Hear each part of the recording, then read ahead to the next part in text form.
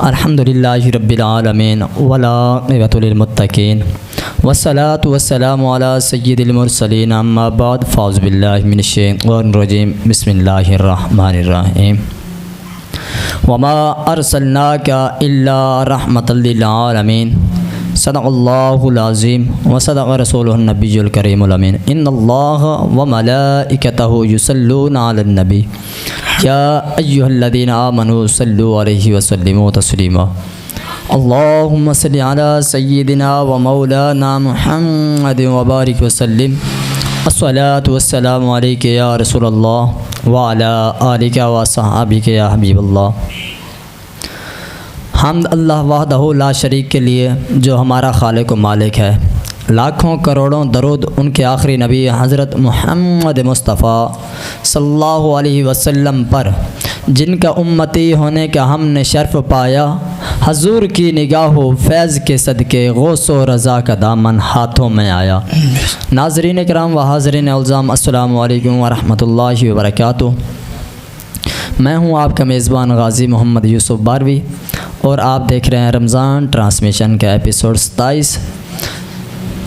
जैसा कि आप जानते हैं हमारे पास कोई ख़तीब आलिम दीन और सना खान मौजूद होते हैं, तो आज शुजाबाद की मेन शख्सियत और मशहूर मरूफ़ हज़रत अल्लामा मौलाना क़ारी मोहम्मद हनीफ़ क़ादरी रिज़वी साहब तशरीफ़ फरमा है हमारे स्टूडियो में। इनका शुक्रिया अदा करता हूँ।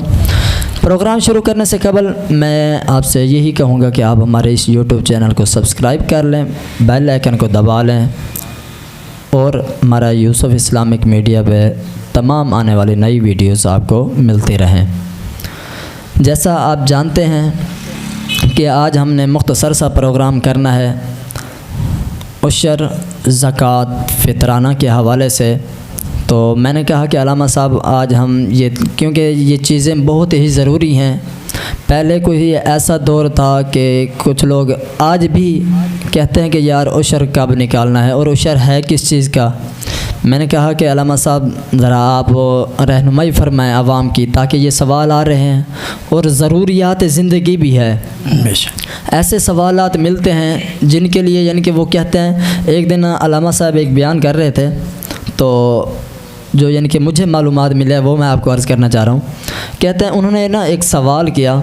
सवाल जैसे उन्होंने किया, मस्जिद से बाहर गए तो दो चार बुज़ुर्ग खड़े हो गए। कहते हैं कि आपने ये सवाल जो किया है ये तो हमने पहली बार सुना है, क्या आप नया दीन बनाना चाह रहे हैं? अल्लाह अकबर, अल्लाह अकबर कबीरा। लोगों को यहाँ तक नहीं पता, मसला सिर्फ़ ये नहीं है कि उलमा नया दीन बनाना चाह रहे हैं, मसला सिर्फ़ ये है कि उनको पता नहीं है। जब वो बात सुनते हैं कहते हैं कि यार ये तो नई है, यार ये तो हमने नहीं सुनी। तो इसी हवाले से मेरी कोशिश है कि मैं टाइम ज़ाया किए बिना तो मैं अल्लामा साहब से सवालात का सिलसिला शुरू करता हूँ। जी अस्सलामु अलैकुम वरहमतुल्लाहि वबरकातुहू। वालेकुम अस्सलाम वरहमतुल्लाहि वबरकातुहू। कैसे हैं यार सब? ठीक हैं, तबीयत से ठीक है? अल्लाह रसूल का करम, आपकी दुआएं। माशाल्लाह। एक बार मैं फिर आपको शुक्रिया अदा करता हूँ और वेलकम करता हूँ अपने स्टूडियो में। अच्छा अल्लामा साहब, जैसा कि आप जानते हैं और फ़ितराना मैं इधर ही जुम्मा पढ़ के आ रहा था तो एक भाई खड़े थे, उन्होंने कहा यार फ़ितराना मैं 120 रुपये दे दूँ, बहुत है। क्या बात, ठीक है। तो कहने का मकसद ये है कि लोगों को अभी तक भी नहीं पता कि यार 120 रुपये आया कि उसका आधा भी ना देने वाली बात है, लेकिन उनको पता नहीं है कि यार 120 रुपये दें, कितना दें। कहते हैं कि यार महंगाई इतनी है कि फ़ितराना हम कैसे अदा करें। अल्लाह अकबर। अगर ख़र्च करने पर आएँ तो वो बाज़ारों में कपड़े हज़ारों के ले लेंगे, कोई मसला नहीं है। खैर मेरा पहला सवाल आपसे यही है कि फ़ितराना कितना बनता है और हम किस किस को दें, यानी कि कौन इसका हकदार है? अस्सलातु वस्सलामु अलैका या सय्यदी या रसूलल्लाह व अला आलिका व अस्हाबिका या सय्यदी या हबीबल्लाह। अस्सलातु वस्सलामु अलैका या सय्यदी या ख़ातमल मासूमीन। मेरे अरब शरीफ दे चन वर्गा कोई साहिब जमाल नहीं हो सकता, बल्कि सारे ज़माने दे शायरां दा एडा सोहना ख्याल नहीं हो सकता। ओदा सानी ते इस कायनात के अंदर कोई मई दा लाल नहीं हो सकता। मेरे आका दी शान ते एक पासे कोई दूजा बिलाल नहीं हो सकता। सुभान अल्लाह, क्या बात। भाई साहब मैं आपका शुक्रिया अदा करता हूँ, आपने एक बार फिर हमें मौका दिया और नेकी करने का और हमारी आवाज़ दूसरों तक पहुँचाने का। और ये सबसे खूबसूरत ज़रिया ये है कि आपने दूसरों तक पहुँचाने के लिए नेकी का रास्ता इख्तियार किया। बहुत सारे लोग दूसरा रास्ता इख्तियार करते हैं। अल्लाह तबारक व तआला आपको इज़्ज़तों से नवाजे आमीन। और आपकी ये काविश कोशिश अपनी बारगाह में कबूल फरमाए। आमीन। आपने जो सबसे पहले सवाल पूछा है कि फ़ितरा कितना बनता है, ये हमारी जो जान पहचान है मुल्तान शरीफ से मौलाना हामिद सईद काज़मी शाह साहब रहमतुल्लाह ताला अलैह, उनके बारे और उनके मदरसे जो ये आपने बताया कि 270 रुपये आपने बयान फरमाया और बताया कि ये इतना बनता है, आप इतना अदा करें। और जो दूसरी तहरीक है हमारी दावत इस्लामी, उनकी तरफ से जो जारी करता है, उन्होंने ये बताया कि 320 रुपये है, उन्होंने बयान फरमाया है। और जैसे आप कह रहे थे कि लोग कहते हैं कि 120 रुपये, कुछ लोग कहते हैं ये आपने ज़्यादा बता दिया। पहले तो हम 2 किलो 2.25 किलो दाने देते थे, बस उससे हिसाब लगाते। ये तो आप ज़्यादा बता रहे हैं, 320 तो बनते नहीं हैं। और ये सिर्फ इतने दीन ना पढ़ने की कमी की वजह से, यानी जहलियत की वजह से ऐसे सवाल उठते हैं। अगर गंदम देना चाहें, गंदम देना चाहें तो पहले तो यो बयान किया गया कि 2.25 सेर थी जी, यानी आप थोड़ा सा बढ़ा दें 2.5 सेर, ताकि आपको इसका अजर भी मिल जाए और सही माना में अदा भी हो जाए। क्या बात है। क्योंकि आप अपनी मर्ज़ी से नहीं दे रहे जी, और ना ही अपनी ज़ात के लिए दे रहे हैं। बेशक आप दे रहे हैं अल्लाह और अल्लाह के रसूल की रज़ा के लिए, क्योंकि दूसरों तक पहुंचाएंगे, हौसला अफजाई भी होगी, उनकी मदद भी होगी। और आज की ज़रूरत भी है, महंगाई की वजह से आप बेशुमार माल खर्च करते हैं, पैसे खर्च करते हैं, वहाँ आप कभी नहीं पहुँचते। अगर आप सूट ख़रीदने जाएं तो नहीं पहुँचते, यार इतना महंगा दे रहे हैं। जब बारी आती है ना दीन की बारी कि दीनदारों तक कैसे माल पहुँचाना है, यानी मालूम हुआ दुनियादारों तक हम कभी बहस भी नहीं करते, बहसा मुबहसा नहीं करते। जब दीनदारों की बारी आती है या यतीमों को देने की बारी आती है, मिस्किनों को जिनका हक़ कुरान करीम ने बयान फरमाया है। बिस्मिल्लाहिर्रहमानिर्रहीम, इन्नमस्सदक़ातु लिलफ़ुक़राइ वलमसाकीन वलआमिलीन अलैहा वलमुअल्लफ़ति क़ुलूबुहुम वफ़िर रिक़ाबि वलग़ारिमीन वफ़ी सबीलिल्लाहि वब्निस सबील फ़रीदतम मिनल्लाहि वल्लाहु अलीमुल हकीम। सुभान अल्लाह। अल्लाह रब्बुल आलमीन ने कुरान करीम में ये इरशाद फरमाया, 8 लोगों का जिक्र फरमाया जो इस चीज़ के मुस्तहिक हैं और उन तक हमने पहुंचाना है। और आपने पूछा गंदम जो है इसका है 320 रुपये फितरा बनता है, और जौ जो है इसका 800 रुपया है। क्या बात है। और खजूर जो है इसका 2800 रुपया बनता है। क्या बात। और तीसरी चौथी बात बयान फरमाई, उजवा खजूर जो है उसका 10,400 रुपये, और किशमिश का बनता है 6400 रुपये। सही। और हर बंदा जो है वो इसका नहीं अंदाज़ा लगा सकता कि मैं कैसे अदा करूं यार, 6400 रुपये, 10,000 मैं कैसे अदा कर सकता हूं। मैंने कहा जिनको अल्लाह ने जितना ज़्यादा अता फरमाया है, जितनी अपनी इस्तात के मुताबिक जितना हो सके ज़्यादा से ज़्यादा आप खर्च करें। उशर क्या है? उशर जो है ना वो फसल पर होता है। जो चीज़ भी हम उगाते हैं उस पर उशर है। अगर गंदम हमारी 20 मन हुई है तो 1 मन उस पर उशर है। अगर 100 मन है तो 5 मन उशर है। ऐसे ही सब्ज़ी जो है, सब्ज़ी का भी आप 20वां हिस्सा आप वो भी उशर निकालेंगे। चाहे आपने थोड़ी सी भी अपने लिए भी ये जो चीज़ भी उगाई है, चाहे प्याज है, मिर्च है, सब्ज़ी है, टमाटर, जो भी चीज़ है ना, आप पर उशर जो है ना ज़रूरी है, उसका उशर बनता है। कुछ लोग कहते हैं ये तो हम अपने लिए ये किया था इसलिए इसका क्या उशर बनता है। मैंने कहा माल को अगर पाक करना है तो उसका उशर निकालेंगे, वो आपकी हिफाजत, माल की हिफाजत होगी। ये बनता है उशर। हर चीज़ का अगर एक एक चीज़ गिनवाई जाए तो टाइम दरकार है। मुख्तसर जवाब ये है अल्फाजों में कि गंदम पर 100 मन से 5 मन कुछ लोग देते भी नहीं हैं। अल्लाह। उशर नहीं बनता यार, हम क्यों दे, हमने खाद लगाई, पानी लगाया, इतना खर्च किया, तो ये हम कैसे करें। वो कहते हैं, एक ये मैं आपको आँखों देखा वाक़या बयान करता हूँ। मैं उस वक्त दावत इस्लामी में यही काम कर रहा था, उशर के हवाले से मेरी ड्यूटी लगाई हुई थी। मैं एक बंदे के पास गए, हम 2 बंदे, उसने कहा यार उशर बनता है तेरा, इतने गंदम है, उशर अदा कर। वो कहने लगा यार मैं उशर नहीं दूंगा, अल्लाह, क्योंकि मैंने इतना माल खर्च किया, इतना मैंने खाद दी, पानी दिया, मैं नहीं दूंगा। गाजी साहब रब का करना ऐसा हुआ, उसने इनकार किया, हम तो चले गए। हम चले गए, रब का करना ऐसा हुआ, उसकी फसल को आग लगी। अल्लाह, आग लगी, सारी की सारी जो फसल थी ना जल कर राख हो गई। थोड़ी सी जगह बची, जैसे उसकी इतनी लंबाई थी, वो लंबाई थोड़ी सी इतनी जगह बच गई, वो बस वही गंदम उनके पास बची। जब बची वो भी उसने जब ढेरी निकलवाई ना, फिर भी हम वहाँ पहुँच गए। हमने कहा यार इसका उशर बनता है, इसका तो उशर दे दे। उसने कहा नहीं, मैंने इसका भी उशर नहीं देना। अल्लाह, यानी ये जो है ना, ये गलत बात है, इनकार नहीं करना चाहिए, क्योंकि ये बयान जो है ना, कुरान ने हक बयान फरमाया है कि आप पर हर चीज़ का उशर जो है ना ज़रूरी है, आप उशर अदा करें।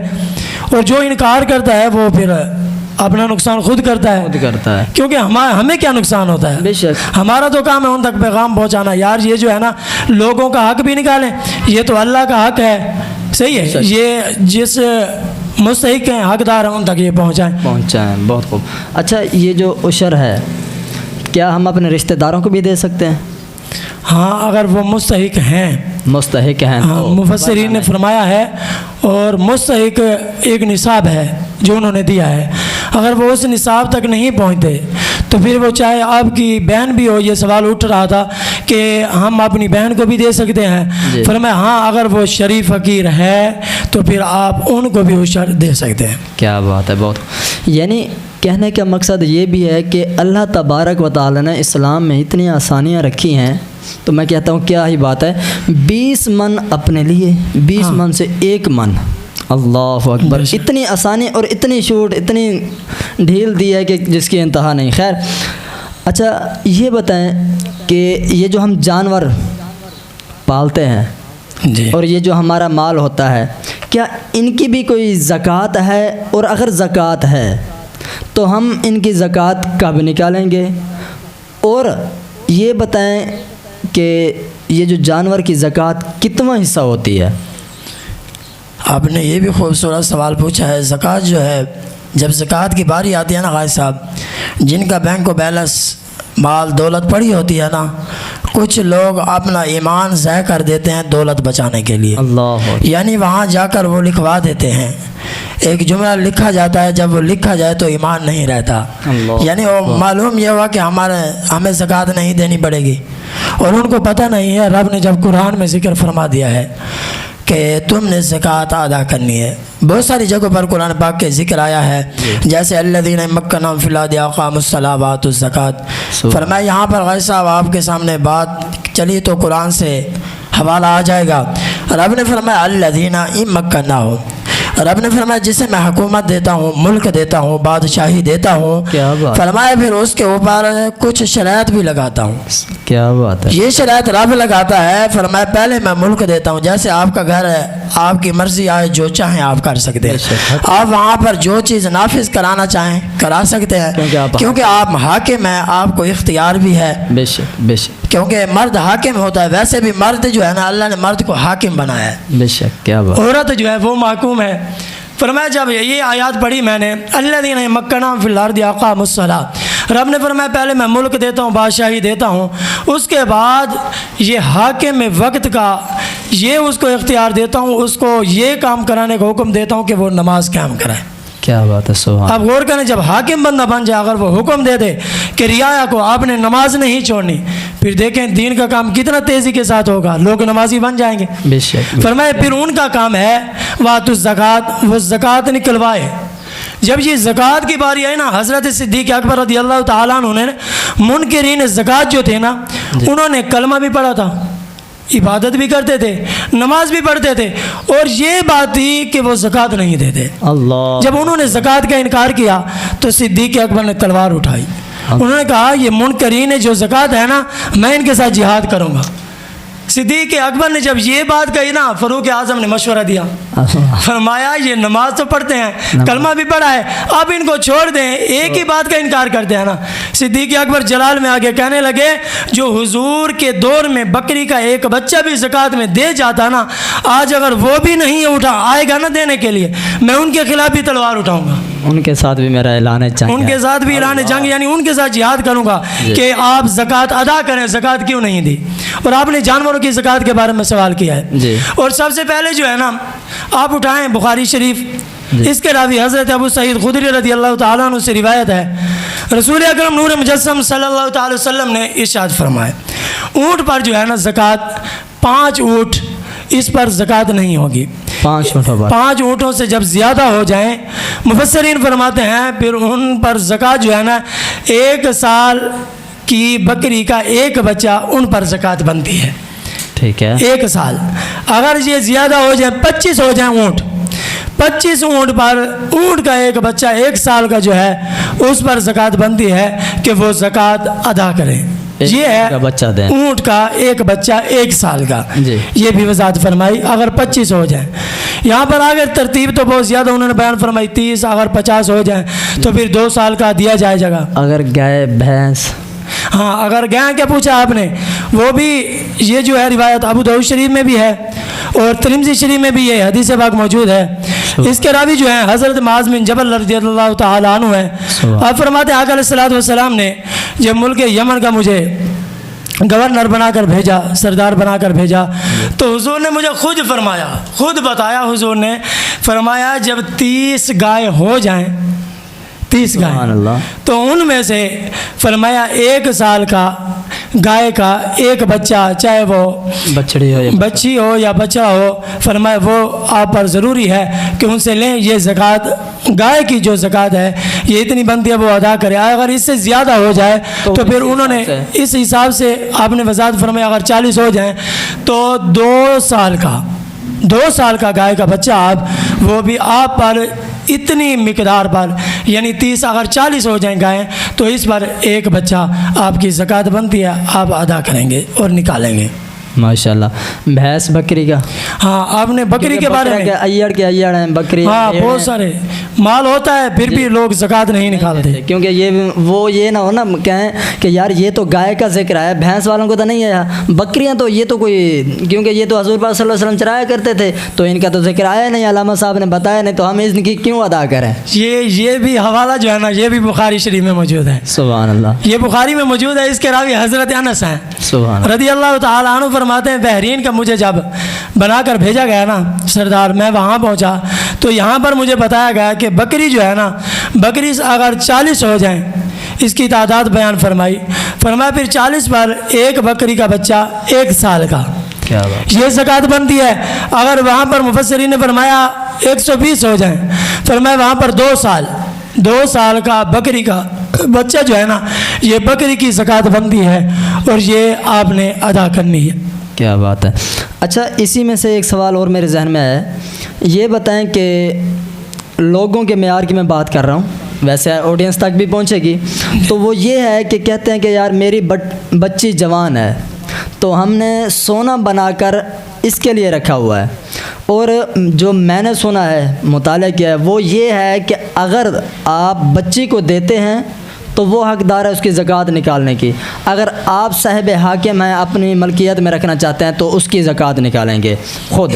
तो अगर कुछ लोग ऐसे हैं कि उसकी ज़कात नहीं देते, कहते हैं ये तो बच्ची का माल है और पैसा भी पड़ा है, सारा कुछ पड़ा है, तो ज़कात निकालने के लिए तैयार हैं, आया कि इनके लिए क्या हुक्म होगा।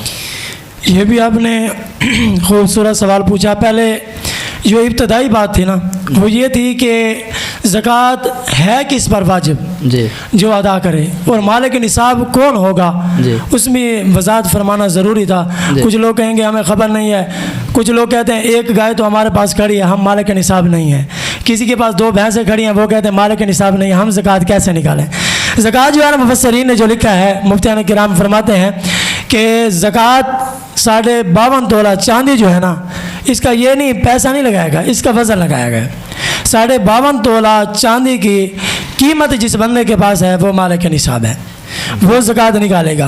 और इसमें सिर्फ ये नहीं है सिर्फ चांदी आ जाए, चांदी के साथ घर में बहुत सारा माल पड़ा होता है, यानी हमने बिस्तर बना कर रखे होते हैं जी, कपड़े बना कर रखे होते हैं, बर्तन खरीद कर रखे होते हैं। बिल्कुल। जैसे आपने सवाल पूछा बेटी का जी, कि आपने उनके लिए सोना बनवा कर रखा है, फरमाया उस पर भी ज़कात देना ज़रूरी है, क्या बात। क्योंकि आप उसके कफील हैं जी आप उसके वली हैं। फरमाया आपका यह हक बनता है, अगर बच्ची छोटी है जी, ठीक है फिर आप निकालेंगे। और औरतों के पास जो होता है, औरत के पास अगर माल है, जैसे 7.5 तोला सोने का जिक्र आया है, 52.5 तोला चांदी का जिक्र आया है, ये जो है औरतों के पास अगर है तो इसकी ज़कात उसका मर्द नहीं निकालेगा, वो औरत है निकाल। वो औरत ही निकालेगी। मैंने यहाँ तक यह पढ़ा है, क्या? मैं बयान कर रहा था कि औरत ने अपनी कब्र में जाना है, मर्द ने अपनी कब्र में जाना है। ठीक है, आपसे जो सवाल पूछे जाएंगे उसका जवाब आपके खामद नहीं देंगे, वो आप ही ने देना है। और जो मर्द से पूछा जाएगा उसका जवाब मर्द ने देना है। 7.5 तोला सोना, 52.5 तोला चांदी, अगर ये इसके अलावा, ये भी याद रखना है, कुछ को बस यहाँ तक बात ख़त्म नहीं होगी, इसके अलावा भी कुछ माल हो, कुछ रकम हो, कुछ सामान और पड़ा हो, उसको मिलाएं, फिर आपके ऊपर ज़कात बनती है। और ज़कात जो है वो 40वां हिस्सा है, आपने 40वां हिस्सा ही ज़कात यानी 2.5% ज़कात निकालनी है। 100 रुपये से आपने 2.5 रुपये निकालने हैं, ऐसे ही है जैसे लाख में से आपने 2500 निकालना है। ये जो ज़कात बनती है आपके ऊपर ज़रूरी है आप इसे अदा करें। अच्छा, इसी में एक चीज़ और है कि अगर 7.5 तोले जिस तरह आपने फरमाया, अगर इससे कम है तो फिर क्या होगा? फिर उसके ऊपर ज़कात नहीं बनेगी, और माल नहीं है जी। और ये निसाब जो दिया गया है जी। ये निसाब है 7.5 तोला सोना भी हो, इसके साथ कुछ और रकम भी हो आपके पास जी। और ये भी याद रखें ये साल गुजरने पर भाई साहब, पूरा साल जब तक नहीं गुजरेगा आप पर ज़कात जो है वाजिब नहीं होगी। आपको ज़कात, साल गुजर गया, एक ने सवाल पूछा, जैसे सवाल के सवाल आया, एक ने सवाल पूछा जी हमने साल गुजर गया, साल गुजरने के एक दिन बाद हमारे पास माल आया है, ठीक है, फिर क्या, फिर भी हम ज़कात निकालेंगे? नहीं, फिर आप ज़कात नहीं निकालेंगे। अगर साल नहीं गुजरा, एक दिन भी रहता है, एक दिन रहने से पहले आपके पास माल आ गया है, ठीक है, तो फिर आप पे ऊपर ज़कात है, फिर आप ज़कात अदा करेंगे। अगर साल गुजर गया, एक दिन बाद माल आया है, फिर उसकी ज़कात नहीं होगी, क्योंकि साल गुजरना जो है ये ज़रूरी है। क्या बात है, क्योंकि असल में इसी में मैं छोटी सी को और अर्ज़ करना चाहता हूँ, वो ये है कि किसी के पास तोला, किसी के पास 1.5 तोला, यानी कि जिस तरह पड़े होते हैं, तो मैंने कहा भाई आप पर इनकी ज़कात बनती है। वो कहते हैं क्यों, हमारी ज़कात तो बनती ही नहीं है, ये तो हमारे पास इतना सा है, हम ज़कात क्यों दें, ये तो हमारा मियाँ देगा।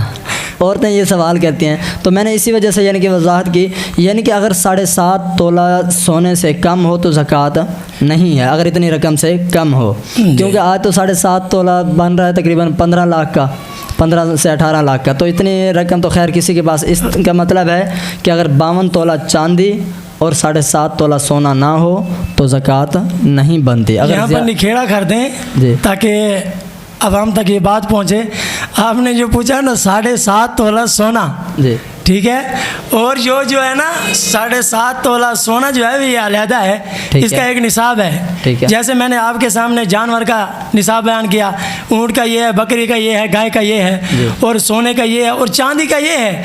आज का जो निसाब लगाया जाएगा गाजी साहब, वो चांदी का लगाया जाएगा। 52 तोला चांदी की रकम या पैसे या माल या जो सामान ज़रूरत से ज़्यादा पड़ा है, हमारी ज़रूरत नहीं है, जैसे हम बिस्तर बना कर रख लेते हैं, बर्तन हैं, कपड़े हैं, ये ज़रूरत से ज़्यादा हैं, इनका भी आप निसाब लगाएंगे, निसाब लगाएं। 52 तोला चांदी तक आप पहुंच गए हैं तो फिर आपके ऊपर ज़कात ज़रूरी है। अगर इसकी रकम तक आप नहीं पहुंचे 52 तोले चांदी तक, तो फिर ये अगर कोई ये ना समझ ले कि 7.5 तोला सोना हो, चांदी हो, फिर ज़कात बनती है ना, 52 तोला चांदी की आप निसाब तक पहुँचे हैं, ठीक है, फिर भी आपके ऊपर ज़कात ज़रूरी है, आप ज़कात अदा करेंगे। यानी जो भी चीज़ है आपके पास, अगर 52 तोला चांदी के हिसाब से अगर रकम बन रही है, जो भी चीज़ है, यानी कि पैसा है, कपड़ा है, कोई भी चीज़ है, सामान जितना भी है, तो आप ज़कात अदा करेंगे। क्या बात है, बहुत खूब। क्योंकि ये सवाल मैं इसी वजह से थोड़ा सा हो रहा था कंफ्यूज, मैंने कहा थोड़ी सी और वजाहत मिल जाए, तो बहुत शुक्रिया आपका। यानी कि ज़कात हम हर इंसान पर वाजिब है। और दूसरी बात यह है कि साहिब निसाब वो यही है कि जिसका हक है उस तक पहुंचाना उसका काम है। और दूसरी बात ये कि अगर वहाँ तक वो कहता है कि यार मैं किसको दूँ किसको ना दूँ, तो देखें जो सुन्नी सहीहुल अकीदा मदारिस हैं वहाँ पर वो पहुँचाएँ, और वो यतीम मस्कीन बच्चे वहाँ पर पढ़ते हैं, वो उनकी ज़िम्मेदारी है उन तक पहुँचाना। लेकिन आप कोशिश करें कि आप हकदार तक पहुँचाएँ। ये ना हो कि आप किसी बदमज़हब को दे दें तो आप कहें जनाब वाला हमारी तो अदा हो गई है। बदमज़हब को आप उन्हें नहीं देना, क्योंकि अगर दीन पर ख़र्च होंगे तो अगर वो बदमज़हब होगा, गुस्ताख़ रसूल पैदा होगा, तो उसमें आप भी शरीक होंगे। ऐसे ही है। बेशक आपने जो कहा ना किसको दें, कौन मुस्तहिक है, अगर आप कहें, मैं कहूँ गाजी साहब कि मैं मुस्तहिक, लोग एतराज़ कर सकते हैं कि आपने कहा ये मुस्तहिक है आपकी नज़र में और ये मुस्तहिक नहीं था। मैंने कहा आप हमारी बात ना माने, कुरान की माने। जो आयत मैंने पढ़ी है ना, इसमें रब ने जब मुस्तहिक का जिक्र फरमा दिया, ये लोग 8 लोगों का जिक्र रब ने फरमा दिया, इन्नमा सदक़ातु लिल फ़ुक़रा। ये आयत का तर्जमा आला हज़रत का उठाकर देखें, 8 लोगों का जिक्र है, ये 8 लोग ही मुस्तहिक हैं। कौन से वो ज़रा बता दें। ये बस मैं मुख्तसर सी वजाहत करता हूँ, ज़्यादा नहीं। ये जो शरीफ फ़कीर होता है ना जी, शरीफ फ़कीर जी, ठीक है, जिसके पास एक वक्त का खाना है दूसरे वक्त का नहीं है, ठीक है, उस तक आप पहुँचाएँ। और दूसरे वो लोग होते हैं जो सफ़ेद पोश होते हैं, वो मांगते नहीं हैं। हकीकत में वो लोग जो है ना बहुत ज़रूरत होती है उनको, और हम कहते हैं देखो इन्होंने सफ़ेद गवारा नहीं करते, सफ़ेद कपड़े पहने हैं इन्होंने, और यार ये तो हमारी नज़र में तो अच्छे हैं, उनके घर में कुछ भी ना हो उनका ख्याल। तीसरा वो जो मुसाफिर है, अगर वो सफ़र पर है, आपके पास पहुँचे, उसके पास किराया नहीं है वापसी जाने के लिए, वो परेशान है और वो हकीकी मुसाफिर भी बनता है, फरमाया फिर भी उस तक भी ज़कात पहुँचाना, ये चीज़ उनको देना भी ज़रूरी है। और मुस्तहिक जो है ना, मुस्तहिक आज के दौर में देखा जाए जो मांगने वाले आते हैं ना, ये नहीं, ठीक है, इस बात पे गौर करें। आप अगर इनको देंगे, आपका जो फितराना है चाहे वो ज़कात है वो अदा नहीं होगी, ठीक है। इन्होंने तो एक ढोंग रचा रखा है, ठीक है, बहाना बना रखा है माल कमाने का। ये जो फिरते हैं ना मांगने वाले, इनके पास भाई साहब आप चलें मुल्तान, देखें मुल्तान जाएं, ये जो मांगने वाले हैं ना, ये जो बड़ी गाड़ी है ना ट्रैक्टर, इनके शोरूम है, इनके अपने, बेशक कोई शक नहीं है, अपने शोरूम है, ये मांग रही हैं। फिर आप देखें ये, बल्कि ये तो देने के हकदार बनते हैं, ये लेने वाले बन रहे हैं। ये जो रब ने निसाब बयान फरमाया ना, जिक्र फरमाया लोगों का, आप मेरी ना सुने, कुरान की सुने। कुरान ने 8 लोगों का जिक्र फरमाया, उन 8 लोगों तक, उन 8 लोगों को तलाश करें, तलाश करें और आप उन तक पहुँचाएँ। और ये याद रखें, उनको हकीर ना जाने, हकीर ना जाने। ये हकीर जो आपने कहना ना, फरमाया किसी ने क्या खूब कहा था, फरमाया जिन्हें हकीर समझकर तुमने बुझा दिया, यही चिराग जलेंगे तो रोशनी होगी, रोशनी होगी। क्या बात।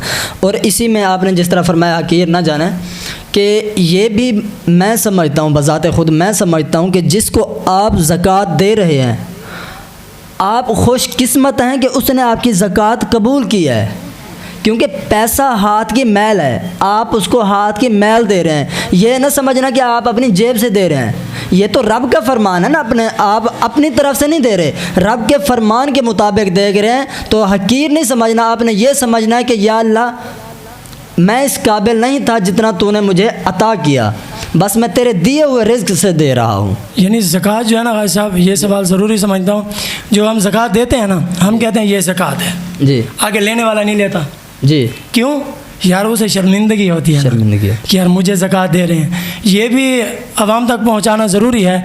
आवाम जिसको भी ज़कात देती है ना, उसे ये ना कहें कि मैं तुझे ज़कात दे रहा हूँ, आप दिल में इरादा कर रहे हैं कि मैं ज़कात दे रहा हूँ, ठीक है, आपकी ज़कात अदा हो जाएगी, ताकि वो शर्मशार भी नहीं होगा, क्योंकि ये माल की मैल होती है जी। ये आप कुछ नसीब है कि उसने आपकी मैल को पसंद किया है क्या। वरना अगर देखें गंदे कपड़े किसी को दें, यार आज सब कोई लेगा है, गंदी चीज़ कोई, आप गंदा खाना उठा कर दे दें, एक मैं मिसाल दे रहा हूँ, आप दे दें किसी को, कोई लेगा नहीं, कहेगा यार आप अच्छा खाते हैं, मुझे ये दे रहे हैं। तो ये ज़रूरी है, आप ज़कात ये ना कहें यार मैं ज़कात दे रहा हूँ, ये ना कि मैं फितरा दे रहा हूँ, ये ना कि मैं उशर दे रहा हूँ, ठीक है, आपको मालूम है ये मुस्तहिक है, ये सफ़ेद पोश है, यार लोगों के सामने रहता है, इसकी बेइज्जती ना हो, आप उसे कहते हैं यार मैं तोहफा दे रहा हूँ, आप तोहफा दे रहा हूँ। उसे तोहफे का, वो खुश हो जाएगा। दिल में इरादा करें कि आपकी ज़कात अदा हो जाएगी, ये नहीं कि आप कहेंगे कि आपकी ज़कात अदा होगी, बस आप दिल में इरादा कर लें आपकी ज़कात अदा हो जाएगी। क्या बात है, बहुत खूब। क्योंकि जिस तरह अलामा साहब ने फरमाया कि आप ये देखें कि वो मुस्तहिक है तो आप खामोशी से उसे दे सकते हैं ताकि उसके दिल में भी शर्मिंदगी महसूस ना हो। तो खैर इन्हीं अल्फाजों के साथ इख्तिताम करते हैं। अलामा साहब फिर एक बार मैं आपका शुक्रिया अदा करता हूँ और अल्लाह तबारक व तआला आपको ढेरों खुशियाँ अता फरमाए। फ़कीराना सदा कर चलें, सदा खुश रहो तुम, हम दुआ कर चलें। अस्सलामु अलैकुम व रहमतुल्लाहि व बरकातुहू।